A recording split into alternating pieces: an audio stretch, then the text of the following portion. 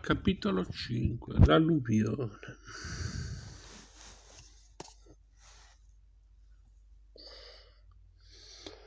Raramente una catastrofe naturale ha suscitato tanta emozione come l'alluvione che colpì Firenze il 4 novembre 1966.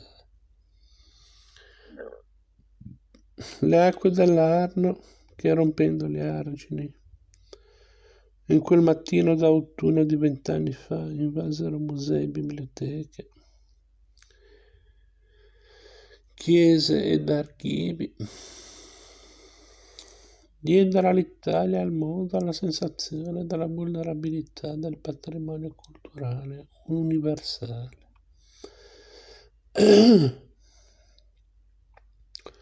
Ci si accorse con attonito stupore che bastava davvero molto poco.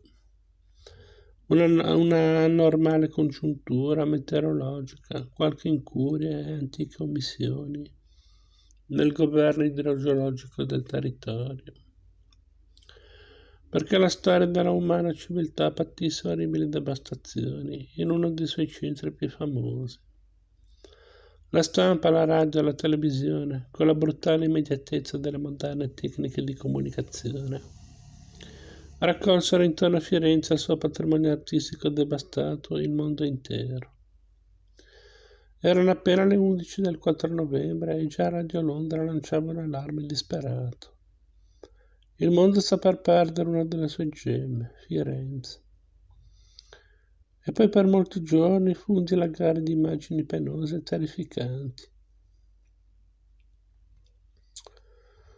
affidate ai giornali quotidiani, a pubblicazioni occasionali, alle reti televisive italiane e straniere. I libri e i manoscritti della Biblioteca Nazionale e del VC ridotti a poltiglia immonda. Le formelle della Porta del Paradiso divalte e trascinate nel fango. Le botteghe del Ponte Vecchio sventrate come per un bombardamento. Gli arredi delle chiese famose ammucchiati in cumuli inestricabili. Lordi di nafta e fango. Su tutto sovrastava l'immagine del Cristo di Cimabue colpito a morte dalle acque alluvionali nel cenacolo di Santa Croce. Quel dipinto gigantesco e sublime, vera pietra angolare della storia artistica italiana, dominò a lungo gli schermi televisivi e le pagine dei giornali di tutto il mondo, offerto con impietosa obiettività. Il colore distrutto al 70%, il grande manufatto ligneo trasferito da Santa Croce in una specie di cupa via crucis, appesa tra alici di fortuna e disinfestato come un animale abbattuto. Il Cristo di Cimabue, per un transfert psicologico e simbolico di immediata e popolare suggestione, diventa subito e per tutti il simbolo della passione di Firenze e l'emblema più illustre del suo patrimonio artistico ferito.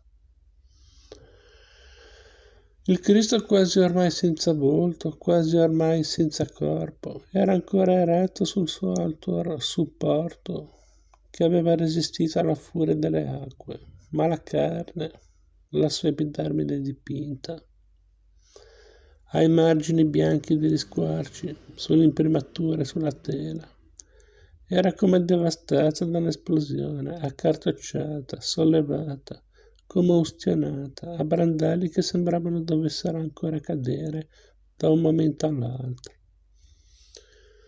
Gli uomini che erano con me non parlavano, mi guardavano, attendevano, pronti all'inizio del lavoro, ma non fu che silenzio. Non udirono la mia voce, videro solo lacrime, e furono le prime, sul mio volto, così come le rividero poco dopo su quello pallidissimo di Procacci, che tornava lì per la seconda volta.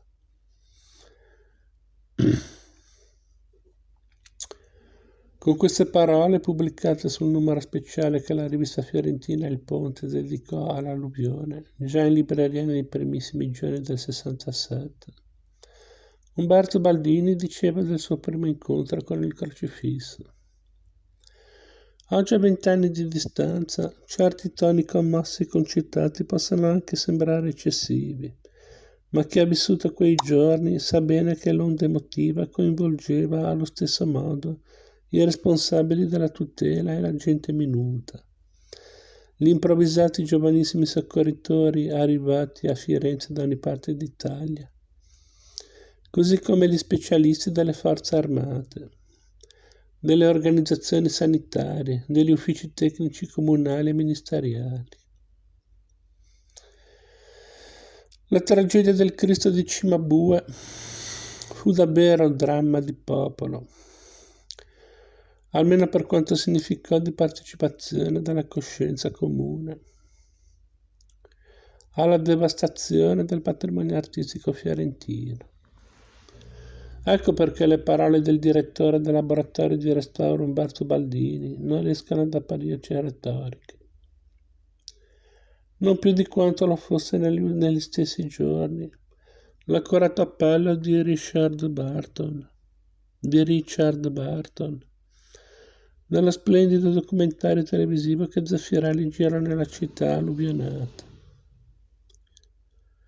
Adesso Firenze ha bisogno di tutti perché Firenze appartiene al mondo e tutto quello che noi riusciremo a fare è ancora troppo poco per ciò che questa città ci ha dato. Tutto quello che faremo lo faremo perché possa tornare presto alla città di cui tutti abbiamo bisogno.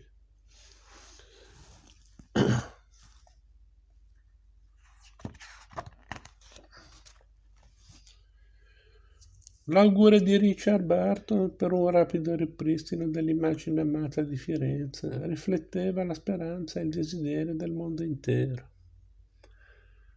E il mondo intero reagì in effetti con ammirevole solidarietà.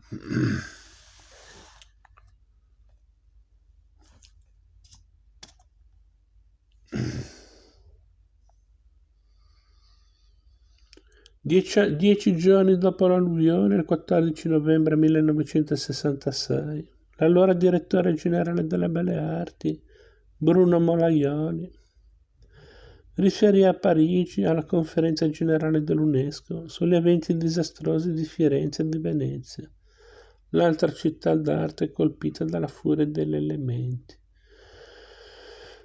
In quella stessa seduta l'Assemblea, formata da delegazioni di oltre 100 paesi, approvò all'unanimità la mozione che immediatamente avviava una massiccia campagna di aiuti, in contributi finanziari e in collaborazioni tecniche. Fu così che restauratori inglesi e russi, finlandesi e polacchi si trovarono a lavorare sul patrimonio artistico fiorentino danneggiato dall'alluvione, insieme ai tecnici della soprintendenza, agli specialisti dell'Istituto Centrale, ai ricercatori del CNR e degli istituti universitari, ai volontari italiani e stranieri, delle più diverse formazioni e provenienze. Si improvvisarono cantieri a Palazzo Pitti, agli Uffizi, al Bargello, al Museo Archeologico, a Palazzo d'Avanzati e questi laboratori da campo, dove si confrontavano persone, culture e metodologie, diventarono per forza di cose le accademie di restauro più avanzate del mondo. E qui ci dobbiamo fermare perché siamo oltre 9:40.